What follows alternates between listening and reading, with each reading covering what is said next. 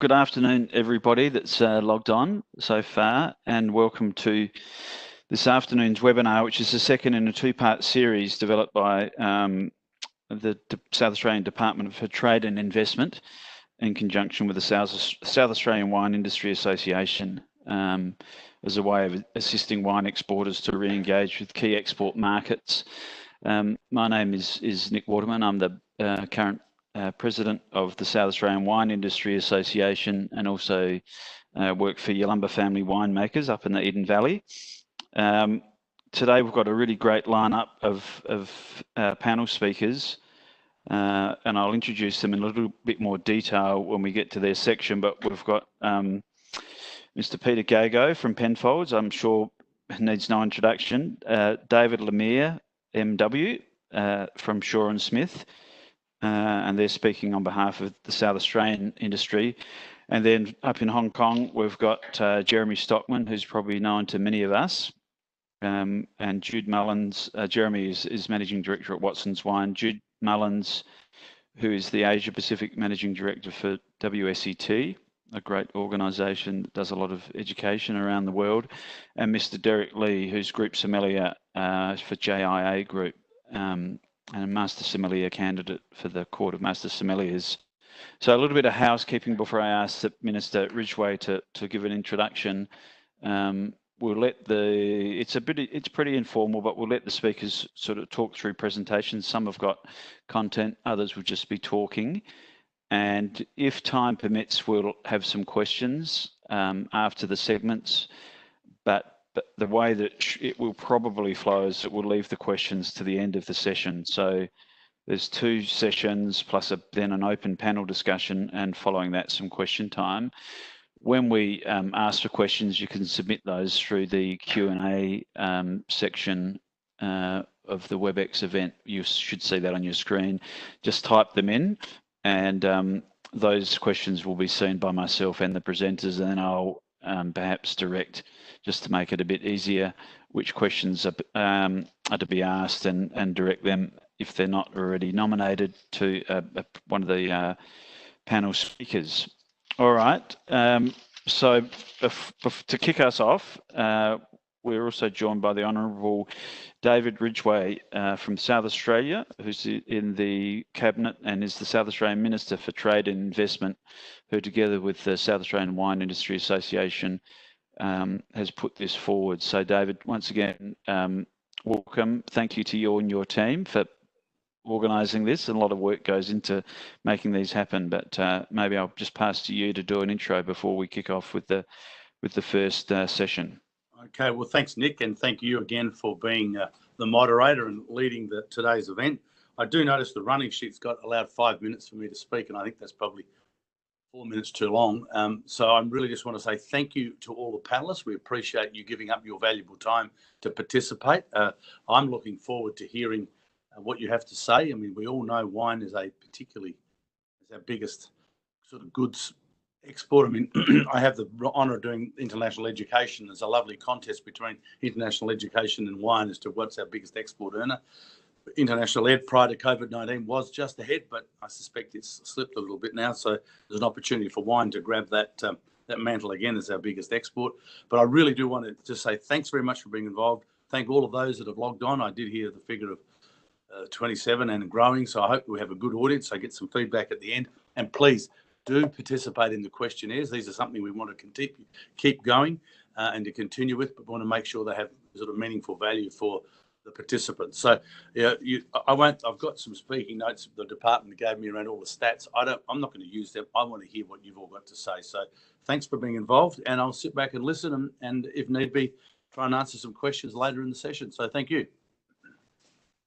Right, thanks, Minister, and always a good supporter of the wine industry, the South Australian government, as is the federal government here in Australia.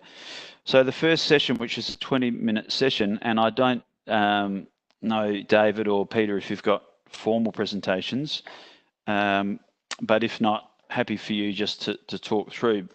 But firstly, just to introduce you both more formally.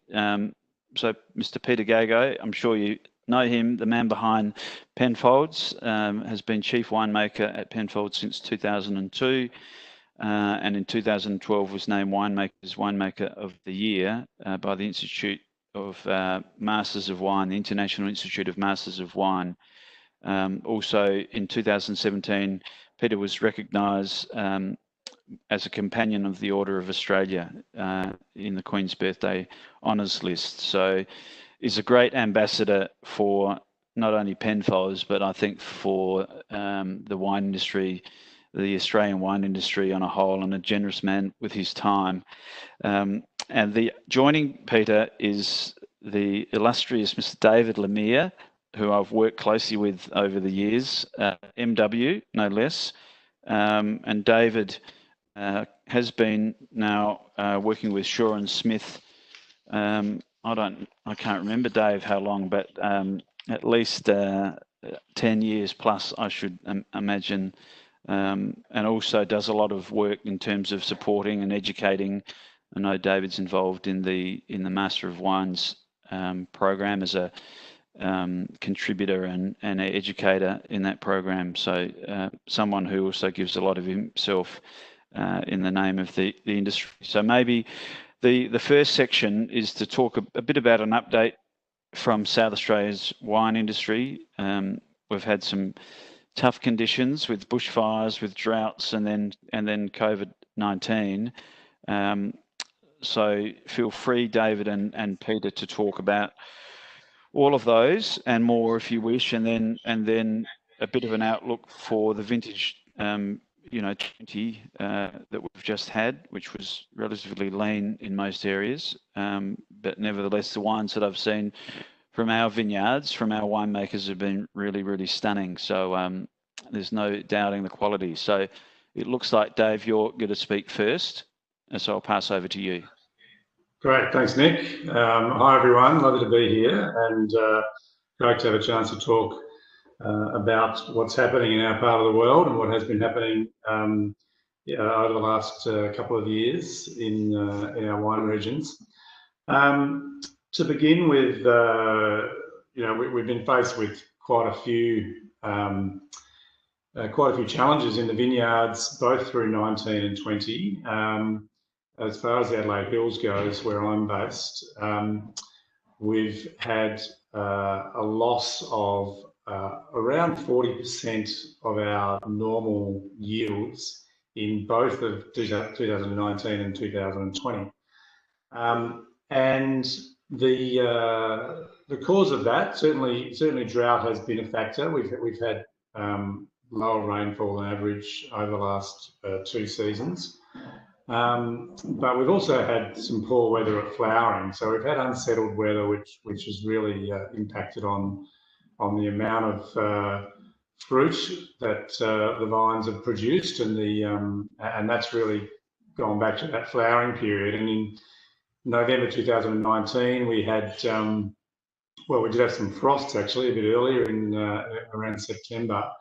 But we had quite cool, a mix of cool and windy weather, and then also some 1 or 2 unseasonably hot days. So the vines really didn't get a chance to set a good, healthy crop of fruit. So we were looking down the barrel at some very seriously reduced yields. And that was before December, where we had a heat wave in late December that set off some really catastrophic fires in the Adelaide Hills on December 20th, which began on December 20th and went for several days. And you would all have seen some of the impacts of those fires and subsequently fires in Kangaroo Island, and obviously there were a lot of fires in other parts of Australia as well during this season. So we started with some low yields, and then that was compounded by the fires. And whilst there were vineyards that were affected directly and burnt in the fires, there was also the knock-on effect of smoke taint. And smoke taint is something that we've become unfortunately, a bit more familiar with over the last decade or so.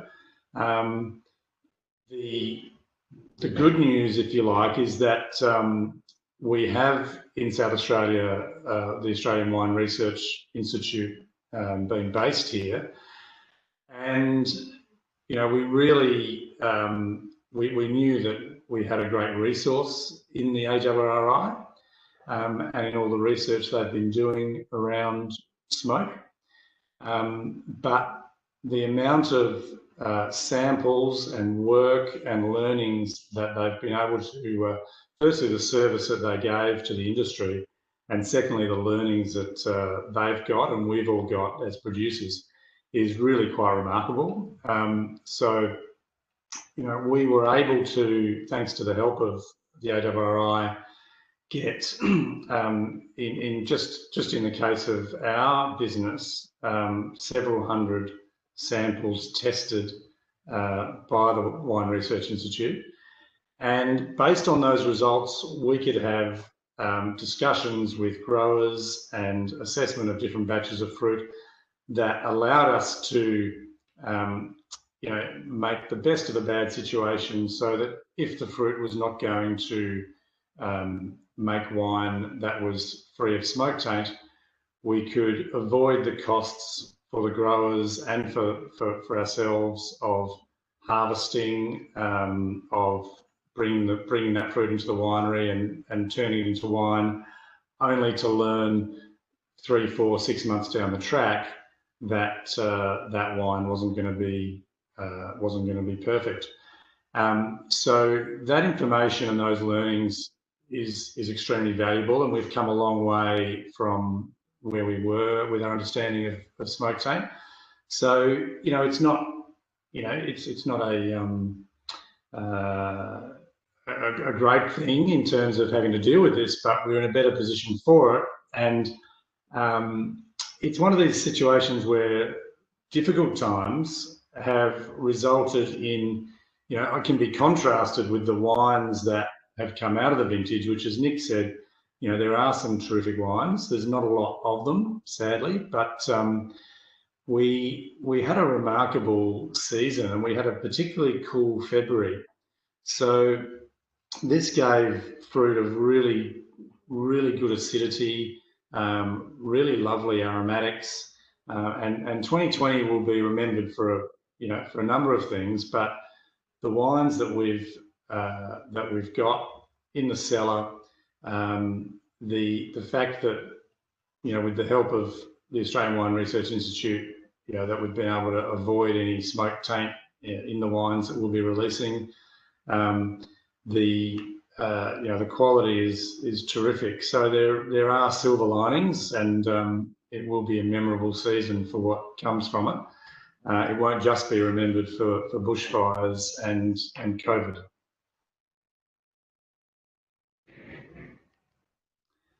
So it might be good to get Peter's a bit of insight from Peter as to how things looked in his part of the world in relation to some of those issues. Okay, I'll just continue talking in the hope that what I say is transpired. Look, we've just completed 2 full weeks of what we refer to as classification tastings. And we've tasted wines from down in the southeast, from Robe, Bratton Bully, Coonawarra, Hathaway, all the way through McLaren Vale, the Barossa, and up to Clare. So we have a very good overview, in addition to what David's mentioned about Adelaide Hills, of what the entire state will produce. Out of the classification tastings, there were many, many highlights. There were a few lowlights, but then in any given year, there always are. So what are the highlights? Well, Jude, Eden Valley Riesling is as good as I've ever seen it. Shiraz out of Clare, McLaren Vale, and the Barossa can be outstanding, albeit in smaller volumes. So it's the old quality sort of volume bit anyway, which operates in any given vintage. Smoke taint, yes, and I couldn't commend the work of the AWRI enough. We organoleptically assess everything and then analytically sort of put the two together. And whilst there is an impact for us, because of the cascading effect and what goes into certain blends and such like, we're able to section off a lot of any potential risk material, a bit indulged in that way. We've also been indulged, and I'll talk here, Penfolds. We had no vineyards of our own directly impacted by fire, but many of our growers were, and we're so sorry about that happening. But let's not forget, 1983 and other years, there was recovery, there is recovery. And even in those very bad years, people do make great wines. Now, 2011, we had all sorts of trouble with rain or whatever. If you go back to 1969, the wettest year ever, 1974, downy mildew. It's this thing called agriculture, and there are lots of things thrown our way. But the proof is in the pudding, and I would imagine what I've seen over the last 2 weeks in barrel and out of tank, and I don't look at volumes here, I'm just looking at absolute quality, really does tell us what's going on. So yes, it's going to be a tough year in terms of yield and volume, but it's certainly from a Shiraz, Grenache, Riesling, and a few other varietal perspectives, it shouldn't be too bad. And Piccadilly, David, we've got some beautiful Chardonnay out of Piccadilly, albeit localized. So material that wasn't directly adversely affected has given us something quite wonderful. In terms of COVID, yes, we've had split shifts. We've been dealing with it, as has everyone on planet Earth. Luckily, because of government intervention and direction and advice, we've been able to have a non-stop array of production all the way through. And that's not just vintage. That's not just harvesting. That's not just fermentation.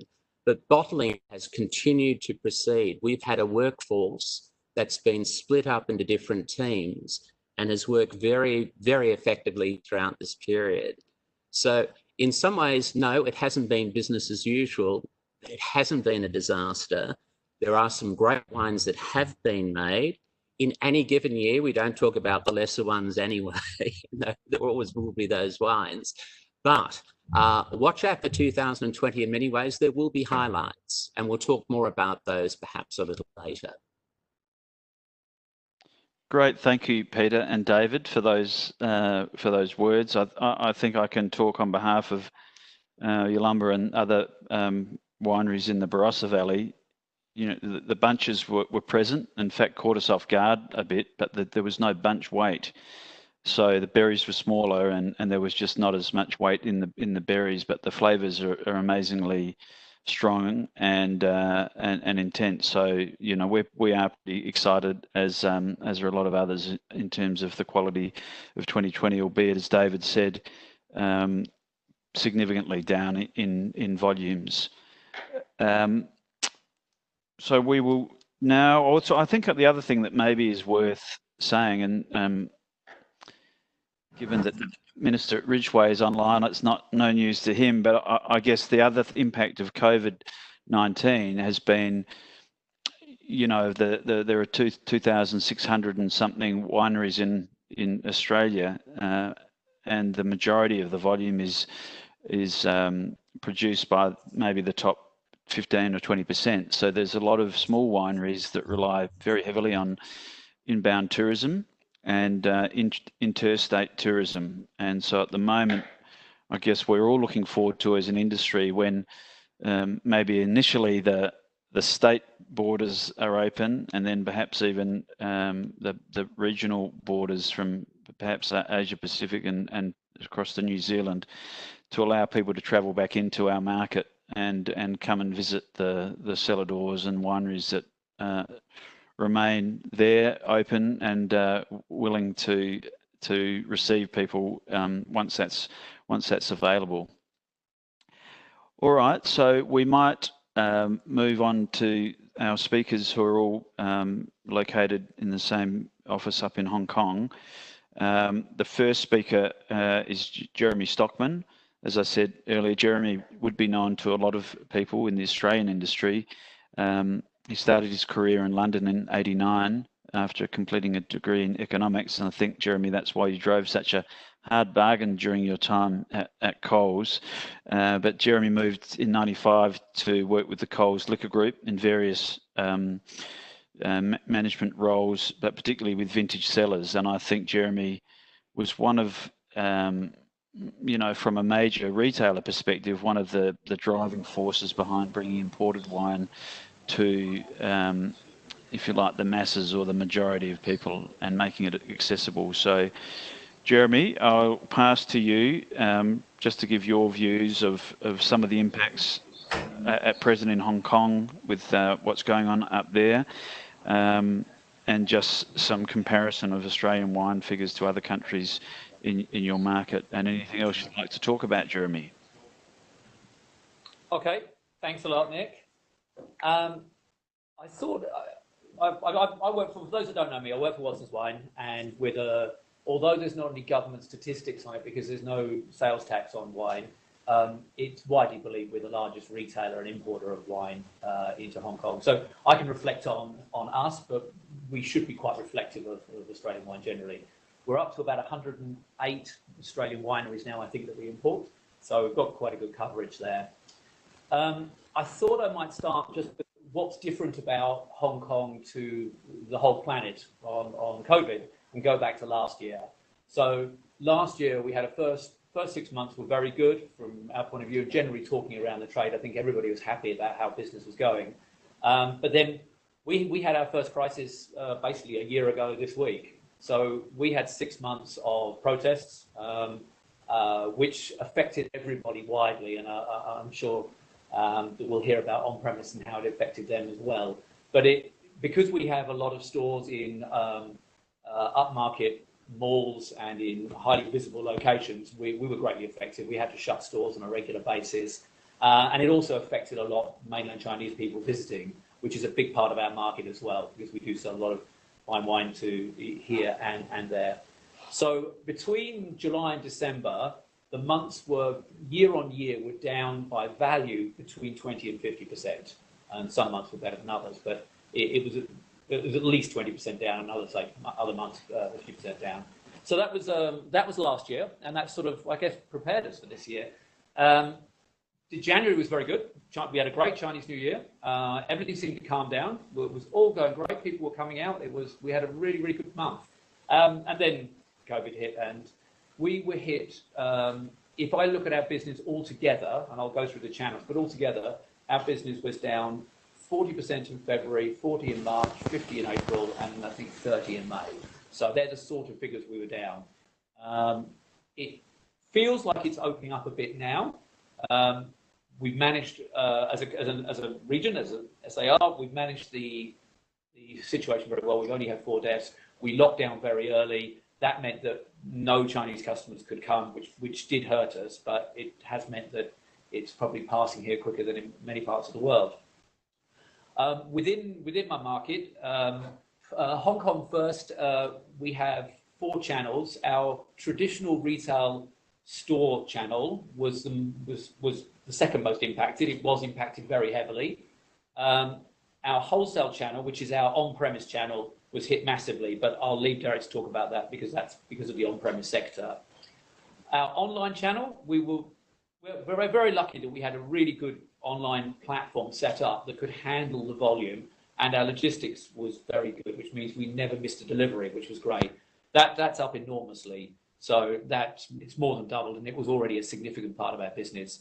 So online has been fantastic, but we do sell a lot more of volume of wine rather than the top end of wine. And the top end of wine here is things that sort of, let's say, bin 707 and above. It's very premium, no matter which country it comes from, but it's at that sort of level, and that doesn't sell so much online. And then we have a private clients channel, and that's grown very well as well. But again, our mainland Chinese customers are missing from that because they're not able to visit, and we're not allowed to send the wine to China because that's not legal. We also run a very good business in Macau, and that was not affected at all last year. But the casinos did very, very well last year, and most of the business in Macau is through the casinos. This year, though, the casinos, because the border is shut, the casinos basically shut down.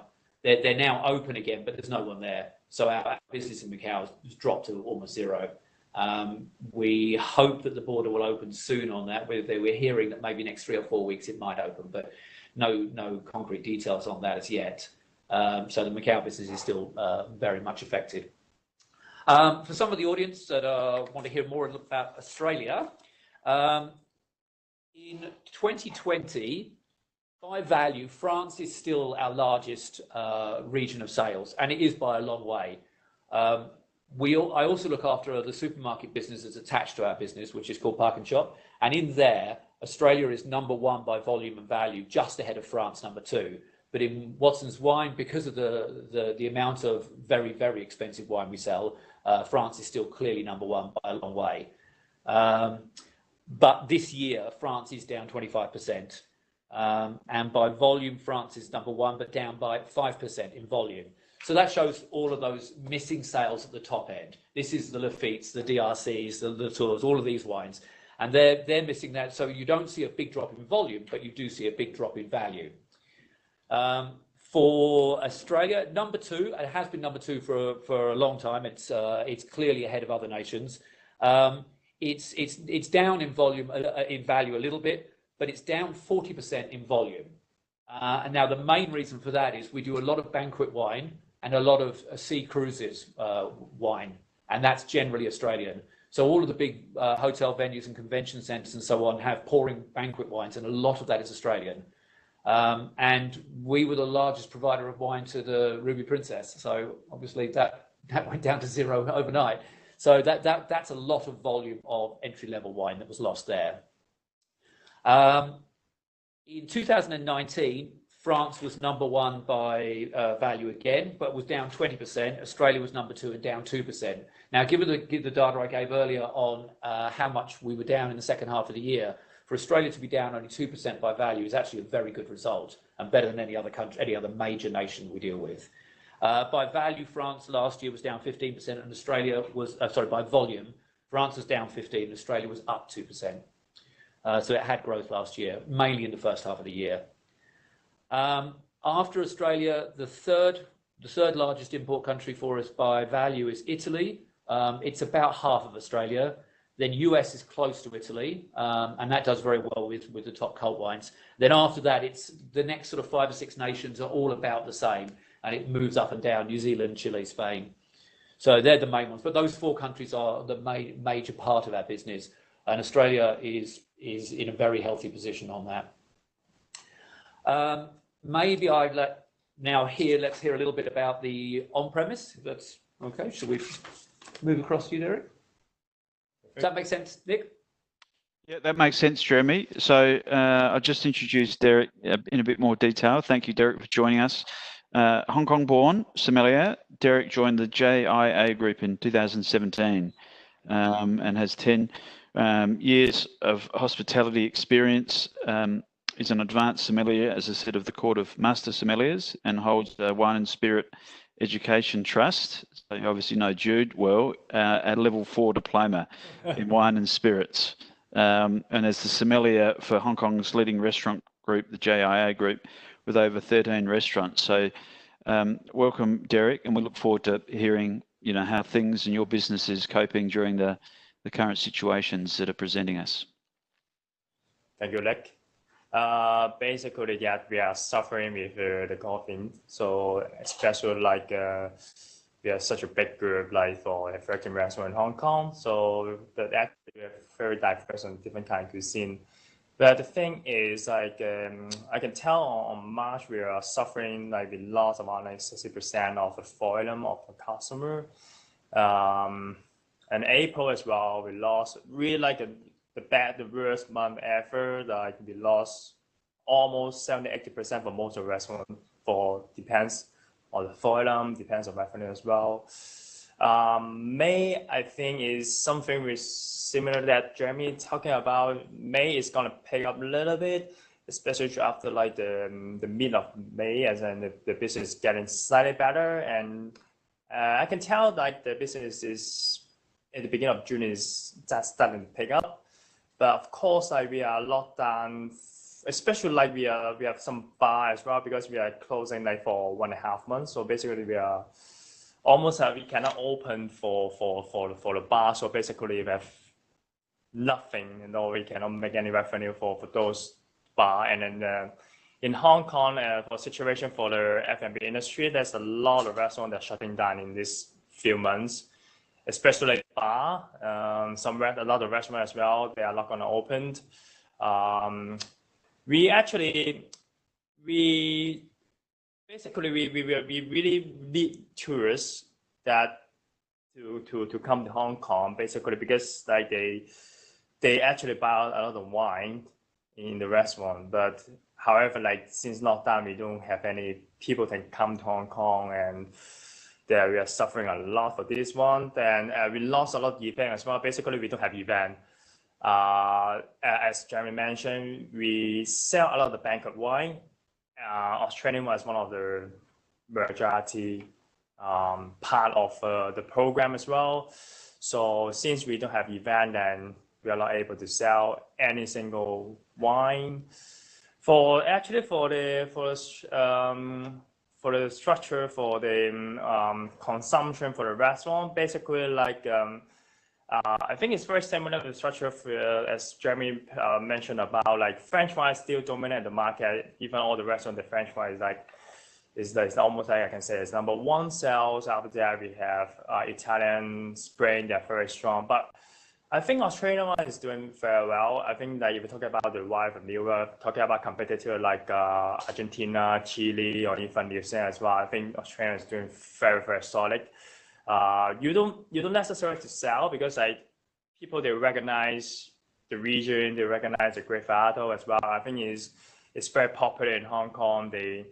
And the price wise very good value as well. And in that kind of price range, I think people they really appreciate it, and I think the value is there, and the quality is very consistent for most of the wine as well. So I think it's like Australia is like having like such a really good image and a really good reputation for the people. Like they recognize the wine, they recognize the quality as well. So I think it's after, but we of course we have impact for, as Jerry mentioned, like last year we have a protest, and now we have COVID as well. But hopefully in this year, we're going to pick up a little bit about the business, and we're going to have, if you have event, if the people is coming back after lockdown, and I hope after September, we're going to be much more better for the F&B industry in Hong Kong.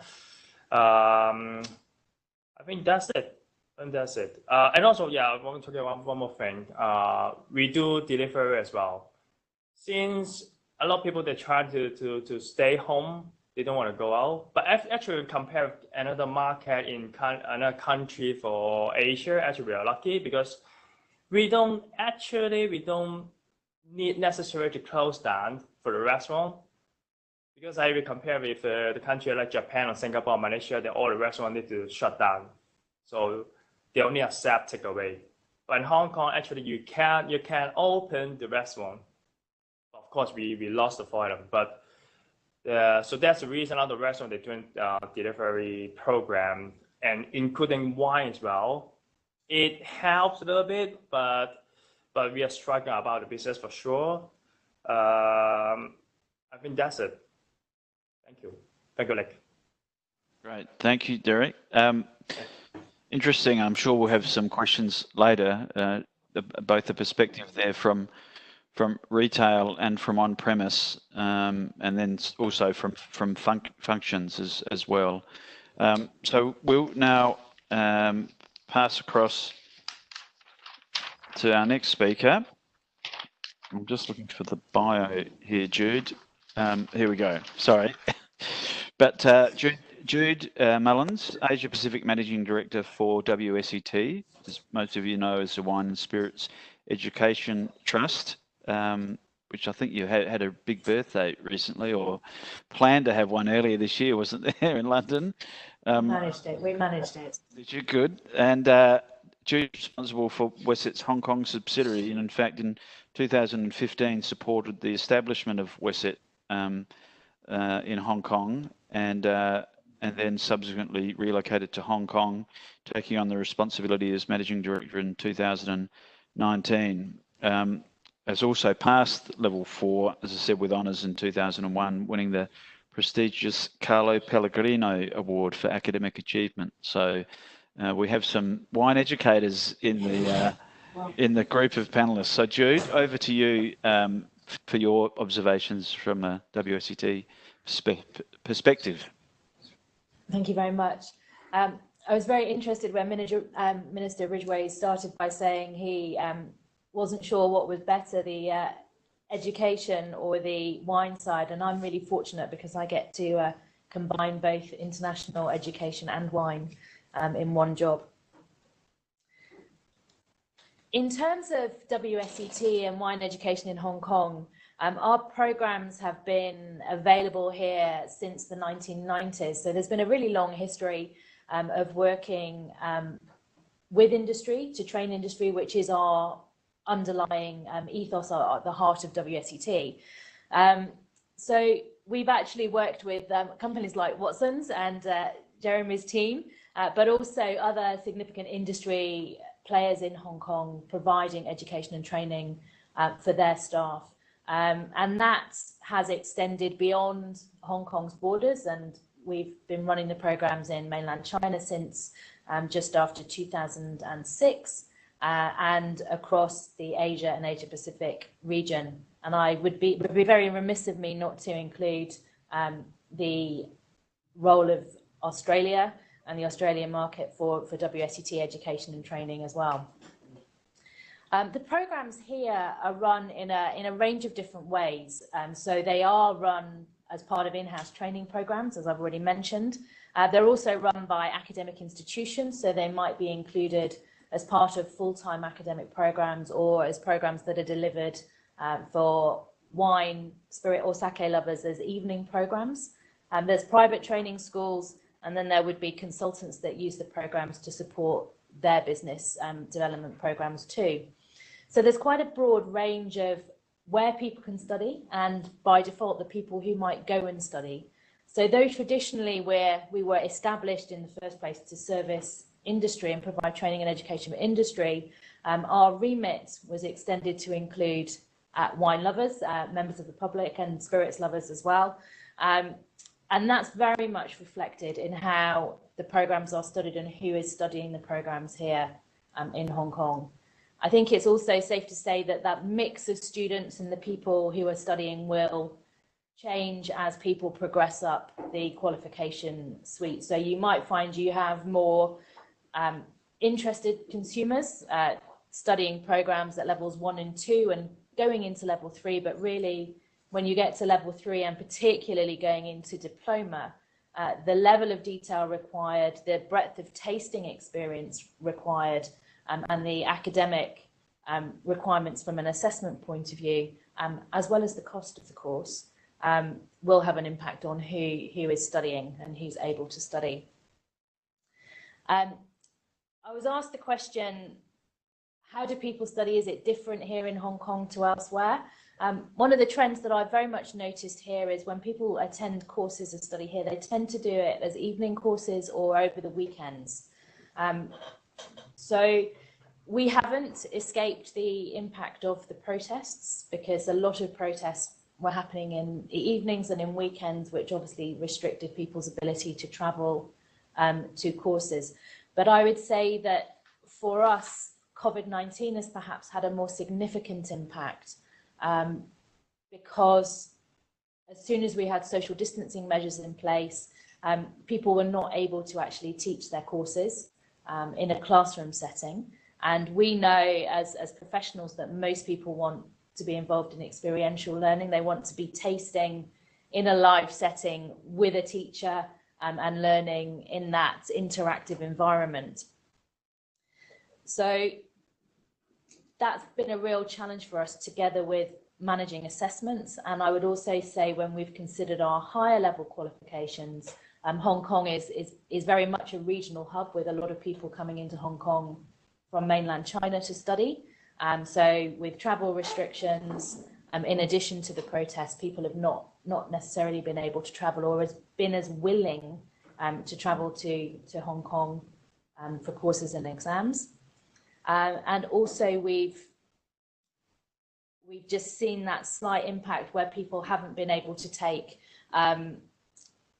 their exams where they'd intended. There's had to be a lot of flexibility and fluidity in when people are actually able to gather in groups. So courses may have started and delayed.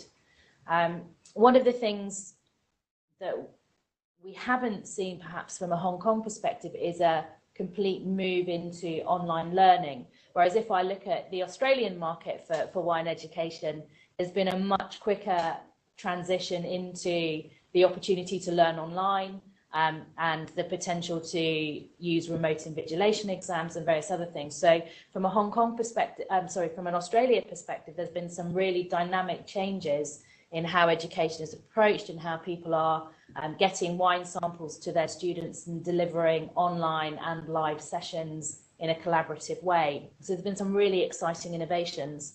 I think Hong Kong's COVID journey has been very different. We never had a complete lockdown. We had restrictions in delivery, but everyone was just waiting for the next judgment the next week or the next 2 weeks on when we might be able to get back to going back to school, going back to classes. And the social distancing measures here have been very effective. So people have actually been able to get back into the classroom very quickly.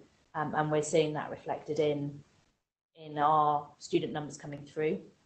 And I would say that's also very similarly reflected in mainland China, where we're pretty much back to a large number of our providers delivering full classroom courses, some with social distancing, but often not even really any social distancing that we're seeing, and students now able to take their exams, including diploma exams that we had taking place on Tuesday this week. So that's sort of our market with how things are evolving and growing.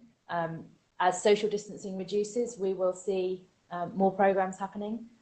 We'll see more students coming through, and I think we'll start to see more of the impact of people studying and how they can also then help with the sales and the encouraging both the selling of and the upselling of our products in market. Terrific, thanks, Jude. So that gives us a really diverse views across the two main channels of the market and from an educational perspective. Before we go to the panel discussion, there's just a couple of questions here as part of the program today before we open up a bit later on. But I guess for the three of you up in Hong Kong, traditionally Hong Kong has played a pretty important role, you know, as an influencer for trends in Asia Pacific, Northeast and Southeast Asia, and particularly with some of the taxation regimes, you know, did see a lot of wine moving through there into mainland China. How do you, as panelists, view Hong Kong's role now in the region as setting trends and influencing consumers? Should we, any of us chip in? Whoever wants to, or you can all say something if you wish, yeah. All right, well, so yeah, you're absolutely right, Nick. And for those that are not aware, the big change in Hong Kong was in 2008 when the government at the time removed wine tax, went from 80% to 40% and then 40% down to zero, with the stated aim of becoming Asia's wine hub. And that's been a mantra ever since then. And really, I arrived in 2010, which is, I hear is the year it really took off. I think it was sort of 2009, they were clearing out a lot of duty paid wine still. But 2010, it just went crazy. And it helped we had some government ministers at the time who were great wine lovers as well. So there was a real passion for it, and it's just grown and grown and grown. I think it's still today the main hub. It's the billboard for wine into this part of the world, especially into mainland China, surpassing Tokyo and Singapore very quickly. For me, the future, leaving politics to one side, it will depend on whether it all calms down again here. We probably will be open more quickly than most other nations in the world, so we'll probably start to have visitors again. And as long as everything quiets down here, I think that the wine will continue to be the hub here, yes. I think there's just so much of an industry here now. There's such a passion for wine, and there's a lot of mature wine lovers here. Other parts of Asia, it's still quite new to a majority of the population. Whereas here, a much larger percentage of the population are wine appreciators, wine lovers, and there's a generosity in Hong Kong to open the wines as well. I'm always amazed at how many people buy wine from me or wine from anywhere else and then open them. There's a culture in restaurants of having great wines on the list and people being generous in buying them. And there's still, as long as the wines are the right kind of wines, generally sommeliers are quite relaxed about people bringing bottles as long as they're respectful. So I know you prefer to stop first. So I do believe that maturity of wine passion here and wine knowledge, and as Jude said, with all the WSET here, there's a huge desire to learn more as well, down to the level of everyday folks not involved in the industry that are passing level 3 and wanting to do diplomas. So I think that for me, the future absolutely will be Hong Kong. As long as other things are back to normal, I think that Hong Kong is absolutely will be the hub for Asia. I'd say for me, actually, there's a very specific reason why the WSET office is regional office is based in Hong Kong, and it's because if I was looking at the people who I could potentially employ to work for WSET here, we had a talent pool in this market that was significant to a level that I knew I could support an office with wine, spirit, and more latterly sake professionals who can actually proactively grow WSET education across the region. And I haven't questioned my decision and my recommendation to our Board of Trustees that we should be locating in Hong Kong as a regional office.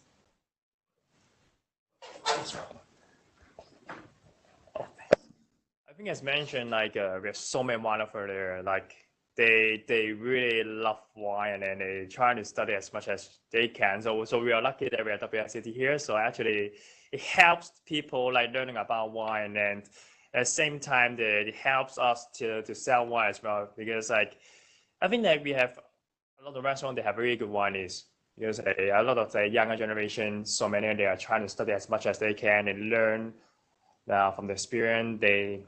They study like WSET, like this kind of certificate, and then it helps to help them to choose like what is the wine exactly you need to put in the wine is, and help them to recommend to the customer like this kind of thing. And then I think Hong Kong is still one of the best city for wine. We have a lot of mature wine lover here, as Jerry mentioned already, and they still bring wine, but we are trying to respect them because they love wine. And it's the same thing is, even they bring wine, we are trying to sell like, oh, we can like turn down, can you like buy a bottle of wine and we can properly can feed the cockage, like so people still buy wine.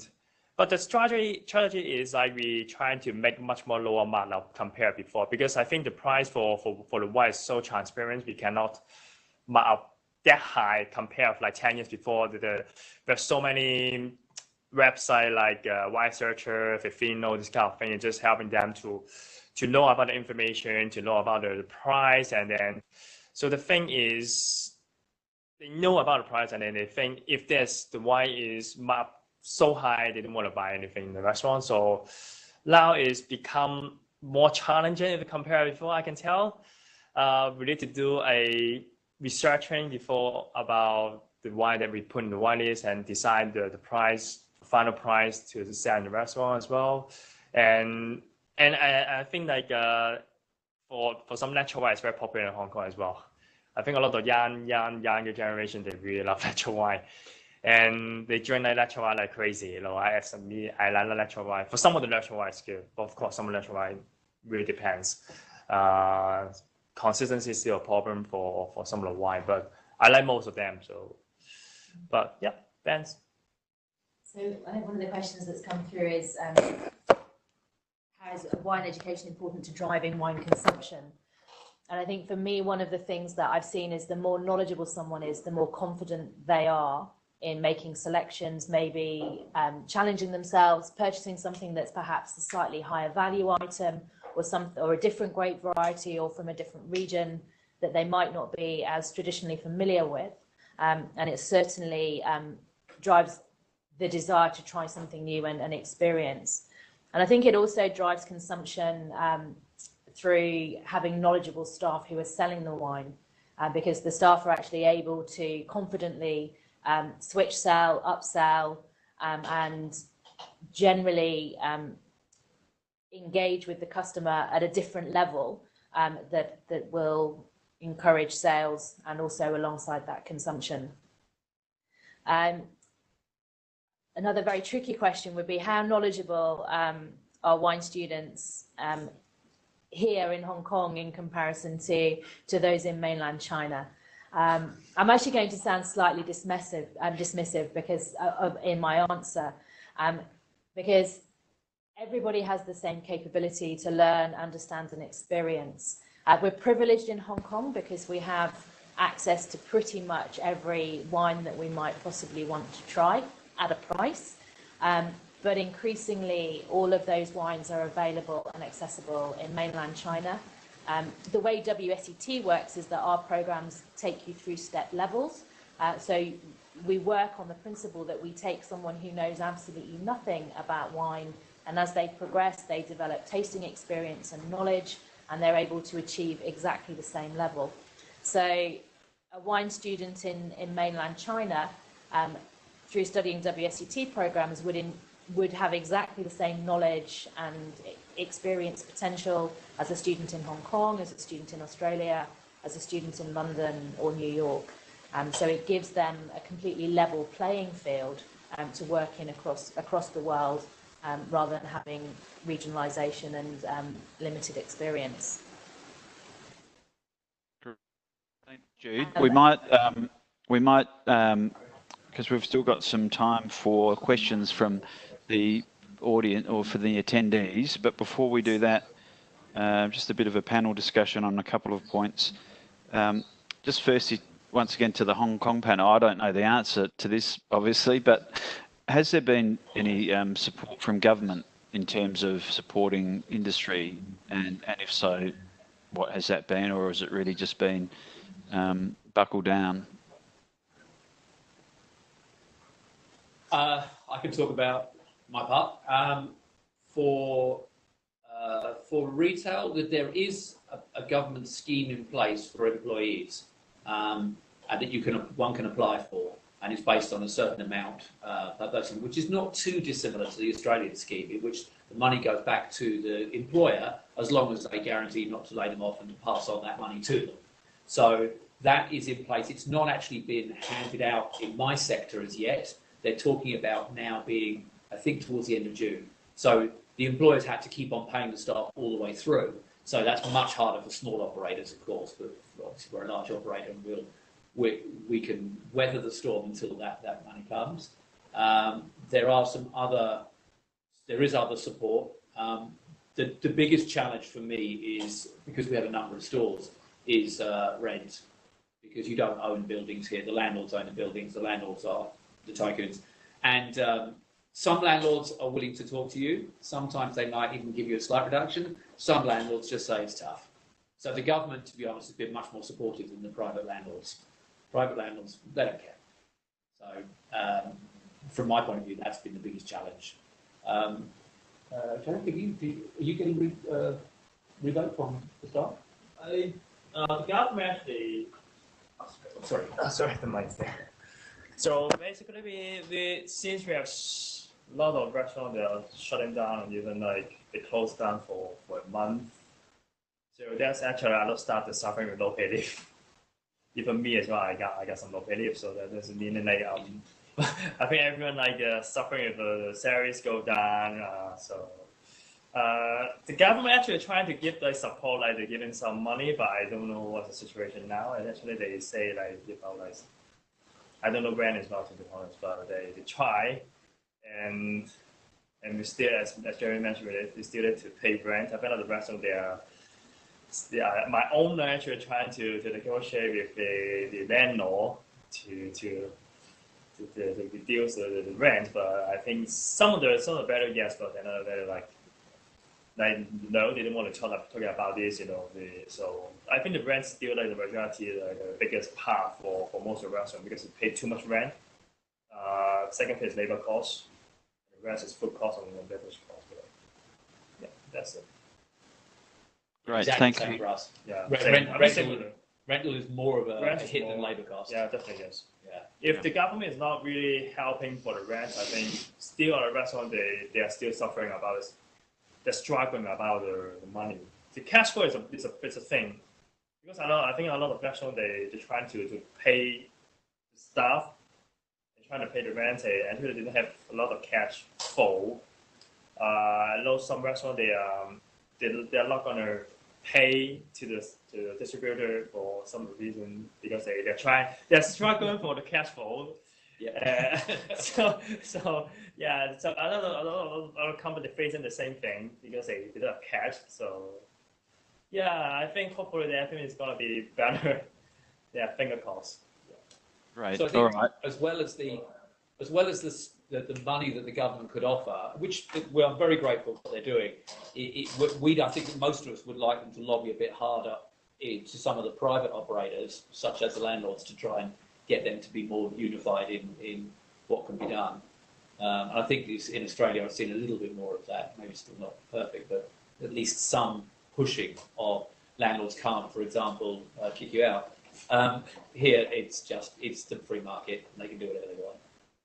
Yeah, exactly. There is a code of conduct here, and I think it's been relatively well supported by landlords and tenants, and of course not always the landlords are the barons, Jeremy. I guess sometimes landlords are just people that have invested that are fairly heavily mortgaged. I might, before we go to open question time, just pose a couple of questions of the David and Peter down in South Australia.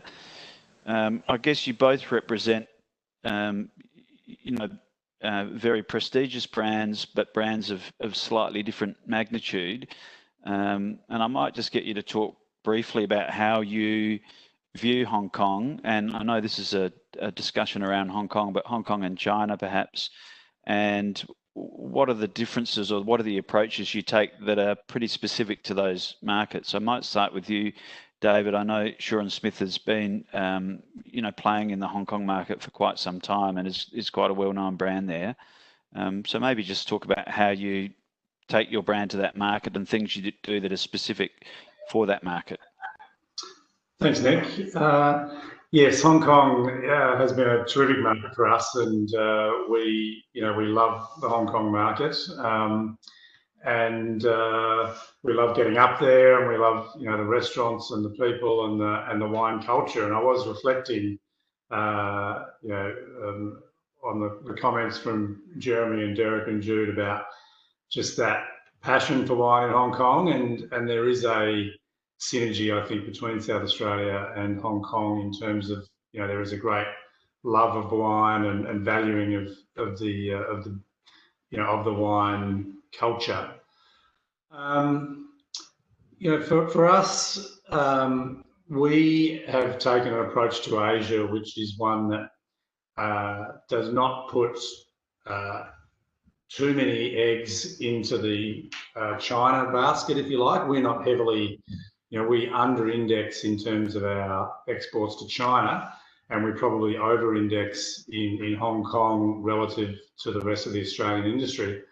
Part of that relates to China's great thirst for red wine from Australia, which doesn't align exactly with our production. Our production is about 75% white, so we don't sell so much into China, and that's part of the thinking there. But Hong Kong, through our distribution partners there, Links Concept, and also long-standing customers like Watsons, and we've got a really strong business in Hong Kong, and it's been quite resilient. We've been quite surprised, and in a sense, it's held up better through the last few months than the Australian trade has, and it has really reinforced to us the importance of diversity in the channels that we're selling through and in the countries that we're selling to.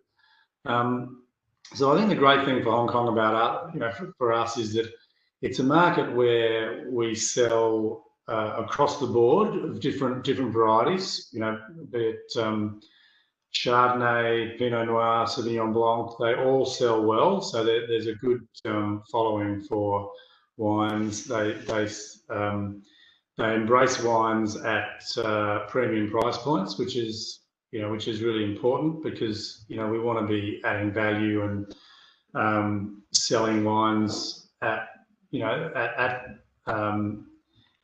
higher price points that really reflect the top quality. And Hong Kong has consumers and trade who will recognise high quality, that will spend on high quality, and as Jeremy, you know, and Derek was saying, they'll open these bottles and share them, and that's a wonderful thing about the Hong Kong market. And you see it when we come there and visit customers, and in so many of those visits, they'll be opening something from their cellar and sharing it, and just having that passion for wine. So Hong Kong, it's important. It's not our biggest export market, but it is significant, and that significance grows when you consider what Hong Kong can achieve at the higher end.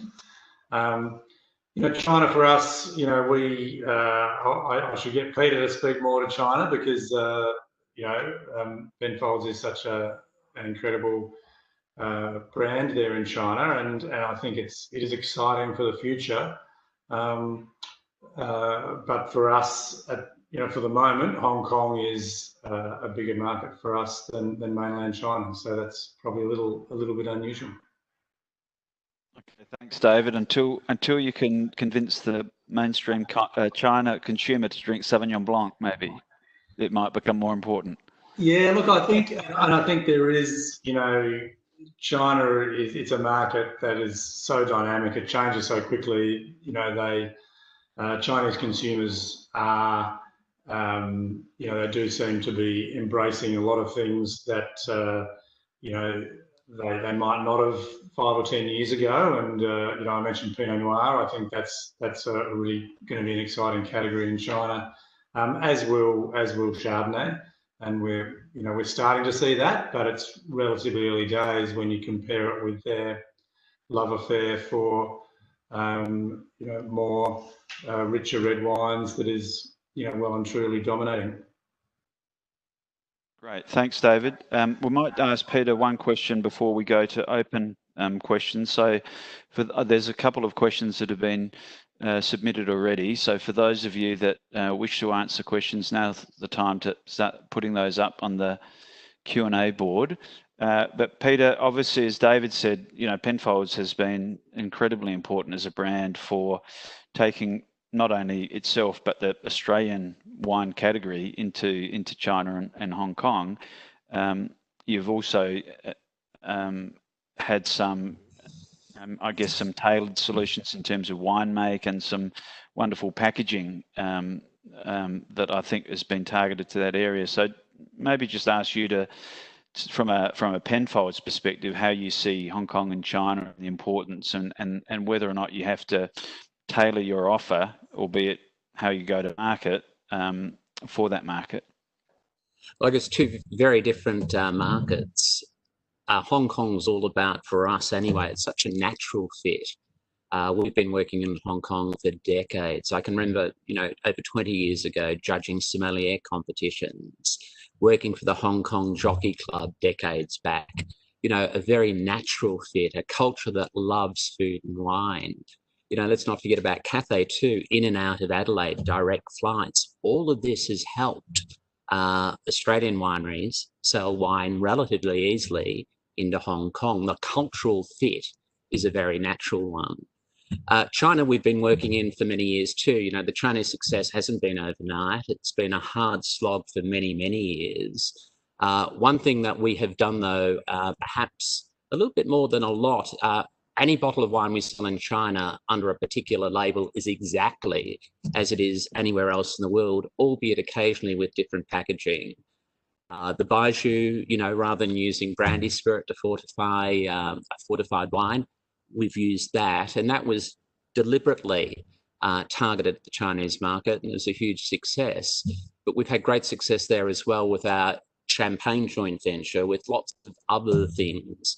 Now, you know, I think too the Australian offer of entry level all the way through to the true collectibles. You know, we sold our ampule, you know, 168,000 for 750 mil into Hong Kong, into China, and there are true collectors, not just gift givers, which was the old thing, you know, oh, well, we're not really selling and drinking wine there, we're just gift giving. Well, these cultures really are getting into wine in a big way. In remote China, in other parts of China, more sophisticated than any other part of the world. Hong Kong, a lot more sophisticated. You know, the work we've done with Sotheby's in Hong Kong over the years has been as good as anything I've ever done with Christie's anywhere on planet Earth. And the same with Christie's there as well. It's not just Sotheby's, but so sophisticated in Hong Kong. And they have helped, and they are helping what's unraveling into China now from an Australian wine interface. It's fantastic. So let's hope all these things thrown at us at recent times don't impact too profoundly. I don't think they will. This is a hiccup. There's a very, very positive road ahead for us. Terrific. And I think, you know, there's some really good points made there. And we should remember that, yes, Hong Kong is a sophisticated market and has paved the entry into China to a certain extent. And that as a producing country, we have a very good position in those markets, and we shouldn't, you know, turn away from that because things are a little bit tough in the short term. You know, it's a sophisticated market, and we're viewed as a premium producer. So we might open up to some of the questions now that are coming in from the attendees. There's one from Mark Cosned and a similar one from Zizi Zakopoulos. And this is probably more for the China panel, the Hong Kong panel. Mark's asked, would now be a good time to enter the Hong Kong market? And Zizi said, you know, when do you think the Hong Kong market will get back to normal? So similar sort of theme. I might pass to the panel members in Hong Kong to give their views on that.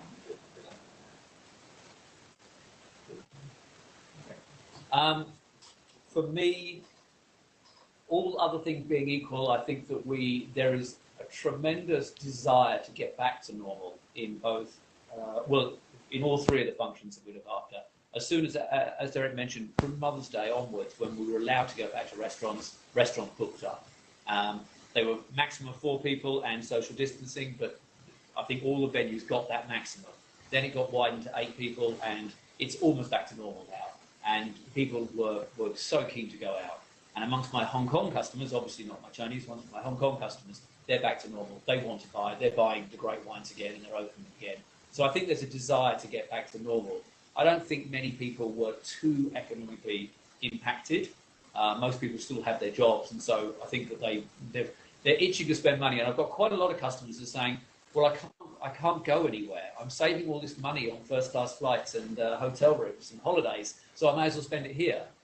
So there are people that want to get back to normal very quickly. So I do think that as long as nothing else happens, I think it will go back to normal very quickly. But one thing I'll say is that if producers that are listening in, what we have found with some producers is that they've obviously lost a lot of their sales globally, and they're asking about what they can support. What we're finding is that many producers are saying, okay, in this short-term period, how about we do some bonus stock and you pass it on to your consumers? And I can see consumers really are looking for attractive offers. And as long as things are attractive, they are buying. So work with whoever your distributor or your importer is, and there's definitely business to be had. Great. And so is there anybody else up there that wants to make a comment in relation to that? No? Yep.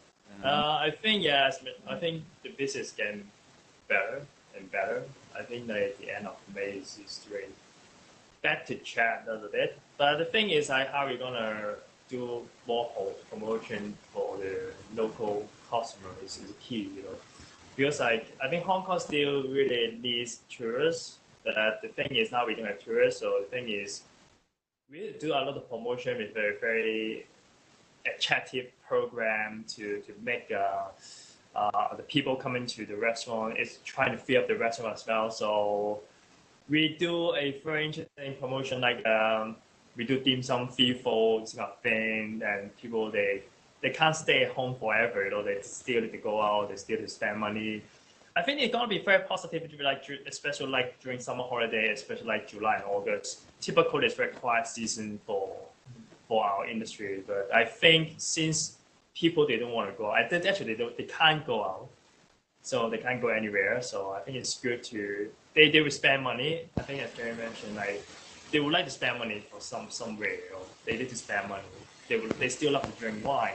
They need to drink wine, so they go to the restaurant, they buy wine. So I hope July and August are gonna be better and better.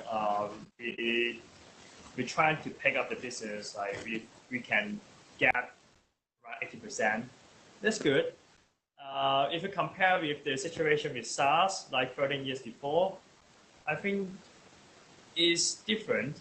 I think we are the speed of pickup is gonna be much more slower if you compare with SARS. SARS is like since that moment, there's a lot of many people coming to Hong Kong. They spend a lot of money at that period, so everything's go up. But now we are suffering about hotels is one of the things, right? Another impact. So still we need to have some times for this kind of thing. So. Great. I Okay. think that opening of the opening of the mainland China border, which is it's rumoured to be beginning of July, will make a big difference. Yes, definitely. So yes, continue to put your questions through to us, and we'll direct them to the various panel members. Another one for the panel members in Hong Kong, in terms of, and I'm sure you'd all have a perspective on this. What is the level of understanding of the diversity and the regionality of the wine industry in Australia, or is it just a one-trick pony, or not? There was a very strategic placement of the microphone there in my direction. I think there is an awareness. Could it be greater? Yes. How we achieve that, I think, is something that takes quite a lot of collaborative work. It's not something that WSET would be in a position to do on its own, because our programs are global and have a global level for each of the qualification levels, and it's really when you get into the higher levels that you delve much more into the regionality that is Australia. But there are other adjunct programs and courses that people can do, which raise awareness on, and obviously I'm certainly very aware of the Barossa Wine School and the work that they're doing, and equally a lot of the work and detail that Wine Australia has done with their online learning programs. But I think there's also some quite exciting potential for tie-ins with retail and hospitality restaurants for promotions and different activities. And it's not just a case of showcasing the regionality in the wine, but showcasing the regionality of Australia, and there's some great synergies between food and wine as well that can really be taken advantage of.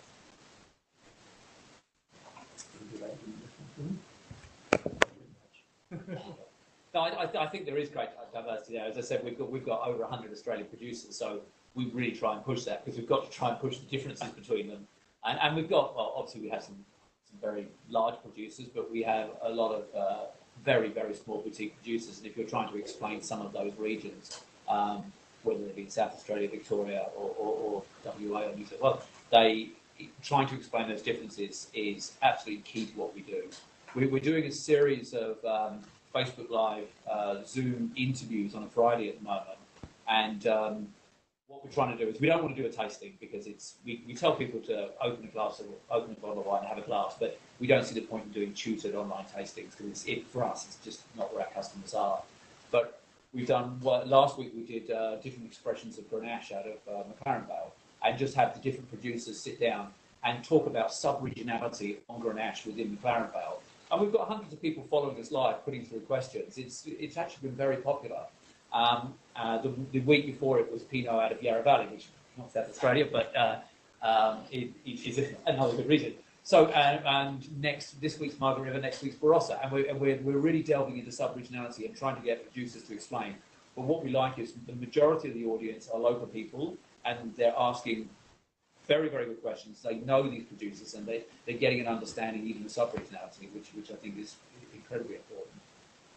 If we want to try and explain why we sell wines, why have we got five different producers from Barossa, or probably more now, then we try and explain what the differences are and why they all have a place.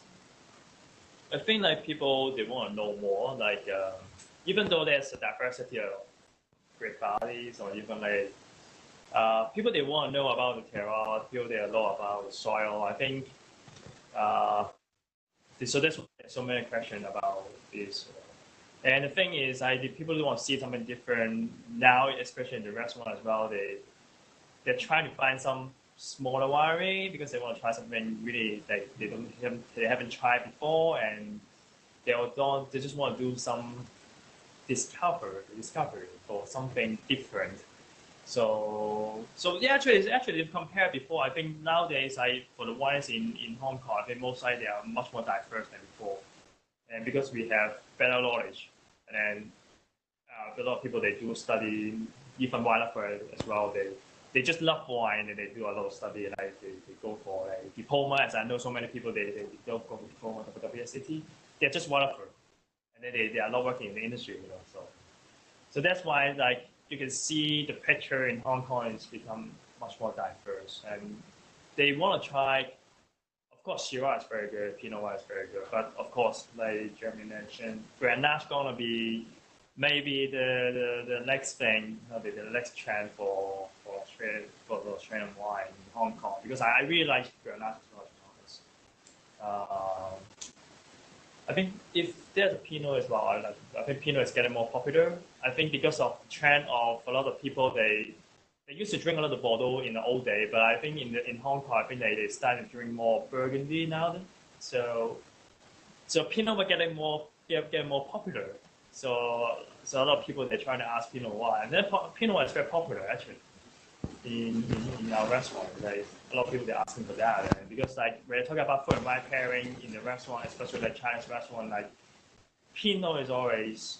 I think Pinot always goes very well with a lot of cuisine, a lot of dishes like piquin da. I think as I think a lot of people know about piquin da, and then barbecue pork as well. For Western cuisine, like pigeon or even like duck breast, just this kind of thing. It's more easy going, easy approach for most of people. So people may want to see more different things for training as well. Thank you, Derek.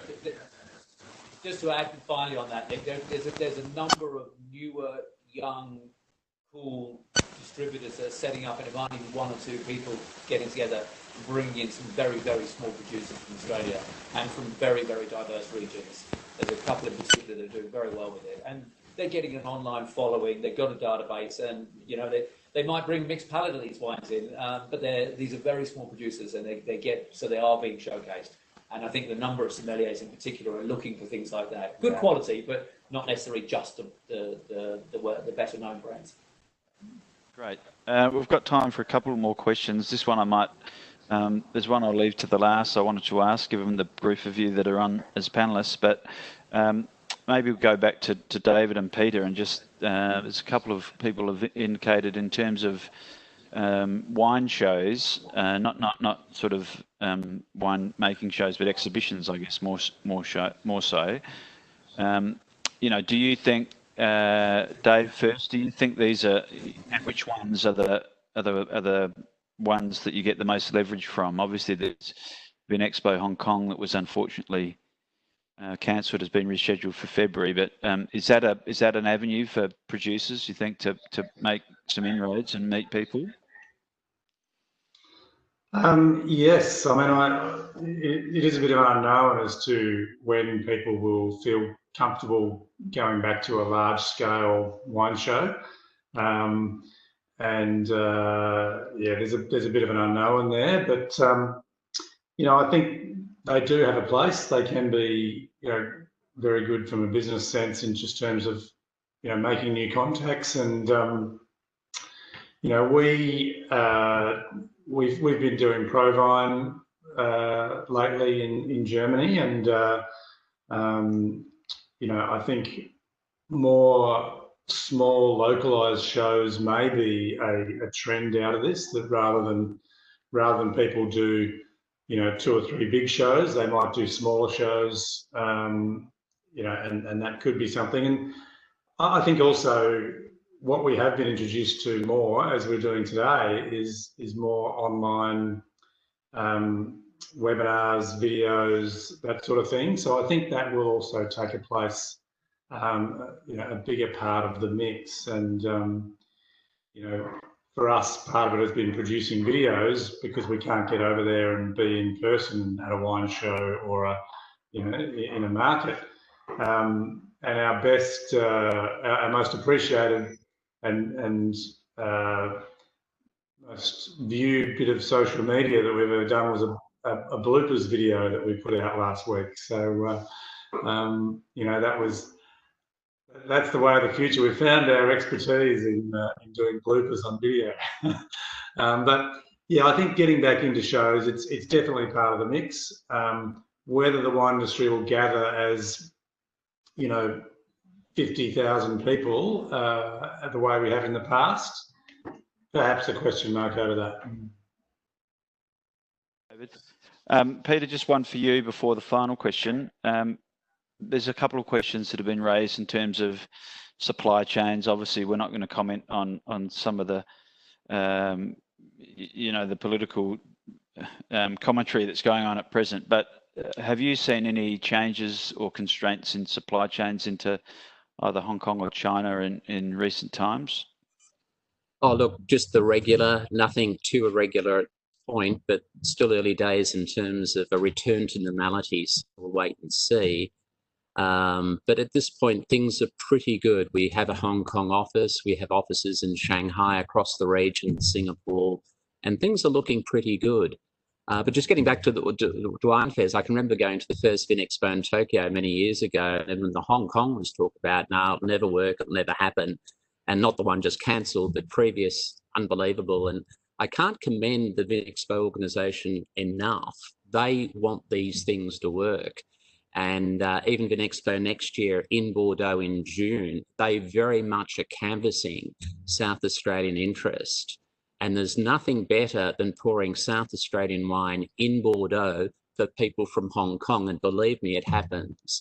We used to have hugely long queues of Chinese people just draped around, queuing up to get in. And yes, it's lovely when they visit South Australia, but there's something about pouring South Australian wine in a third-party country that really resonates. It gives you the true endorsement. So I think as we all become more global, these fairs will become more important, I think. Very much so.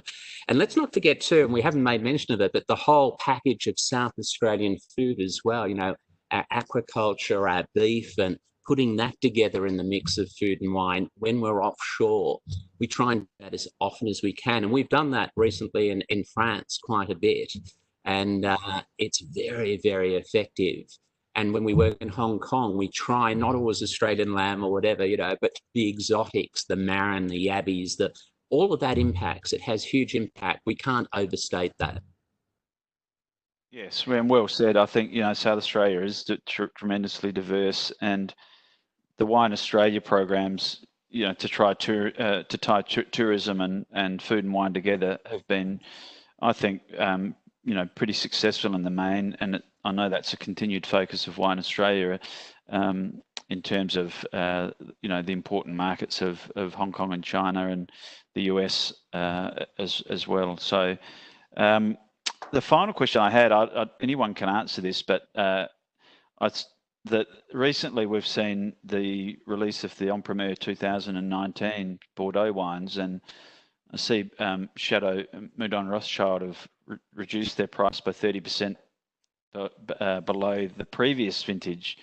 And I just wondered what people's thoughts, is that a sign that there's a level of concern? But, that to me, and I don't think they're the only chateau to do so, by the way. So maybe, Peter, you're still there on my screen. What's your view on that? I know you don't want to deride the competition at all, but you might have a view on that.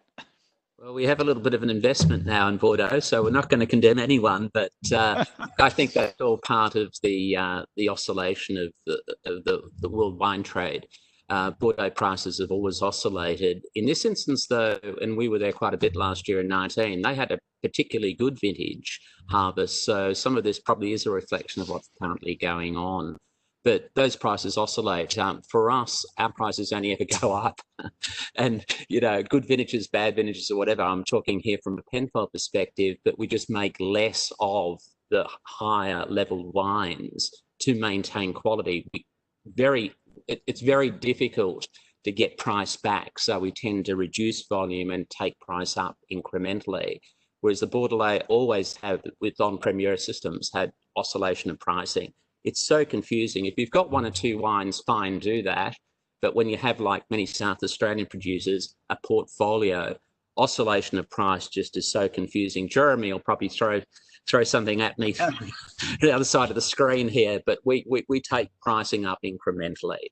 It's the long-term view, and it works. Well, we might pass. Thanks, Peter. We might pass to Jeremy, given that Hong Kong market and Jude and Derek, Hong Kong market is a significant market for Bordeaux. Yeah. Do you have a view on that, Jeremy?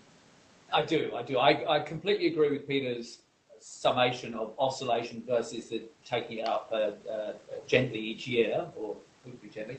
But that is what happens. One thing to remember on Bordeaux is that they've now had 5 vintages of the century in the first 20 years of the century. So partly that's tongue-in-cheek, but partly it is that there's less poorer vintages. And so, yes, you're absolutely right that Mouton came down over 30%, and most producers, except I think Angelus and Contamar, are the only two I've seen that haven't come down greater than 10%. Most of them have come down between 20 and 30%, some a bit more than that. The reason for that is the last vintage, in my opinion, was too high. And I think that a year ago, they could get away with it, and the Bordelais would always maximise their price. And what they're doing now, and they don't often do it, but the Bordelais are doing it this year, which is they're actually taking notice of the global economy and the global situation, and realising if they try and come out at anywhere near the price of 15, 16 or 18, it will not work.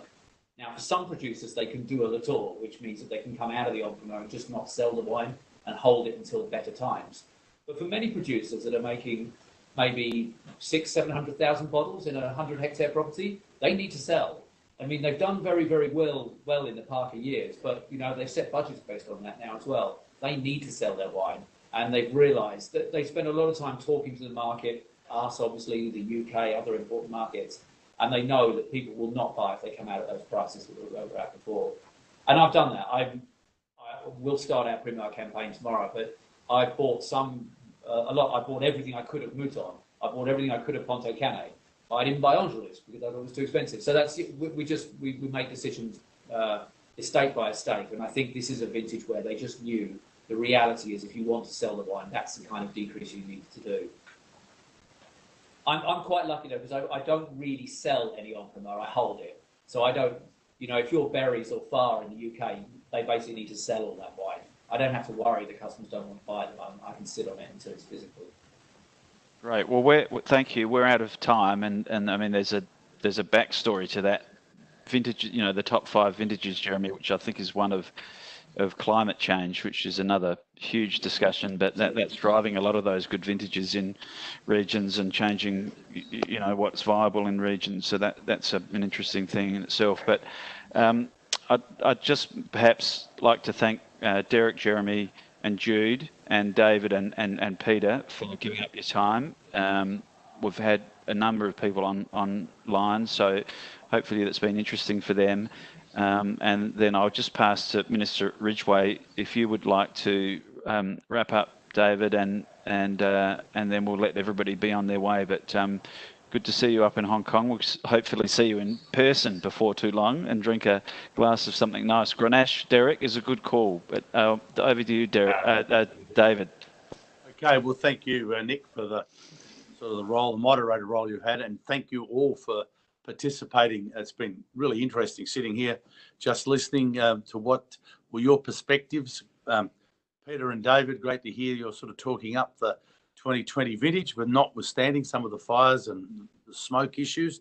And of course, things are coming back to normal in Hong Kong, or gradually coming back to normal, which I think we'll see across the globe. So, and it's really happy that Cathay Pacific, one of our longest serving airline partners, resumed freight flights last Sunday, which is great. So it's a sort of mix of a whole range of South Australian produce, but I think there was some wine on it, and we've already had Singapore Airlines doing some flights for a few weeks, and I know there was some wine on those. So, we're sort of trying to get back to normal as quickly as possible, and it's good to hear it's not all doom and gloom, and our quality, our premium, world-class premium wines are still well sought after, even if a little bit of a hiccup because of COVID. So it's been a pleasure to listen. Thank you all very much for your support, and look forward to seeing you again at the next one of these, or maybe in person. And any of the people listening who are South Australian producers, don't forget our office in Hong Kong. Alice Jum's there. I think Alice has been listening on the webinar. Please contact the office here, or please reach out and contact the office, and then we'll pass you on to Alice so she can help you as well. So thanks very much. Have a great evening. Thank you, David. And I think Becky from your department will. This will be taped and so available on the website of Department of Trade and Investment, as well as the SAWIA website, and there'll be a distribution of the questions and answers that were asked. So thanks for all of those of you that logged in and joined. There's a brief questionnaire there, if you wouldn't mind filling that out, just to give some feedback for future. But once again, thanks everybody, and have a good afternoon, good evening.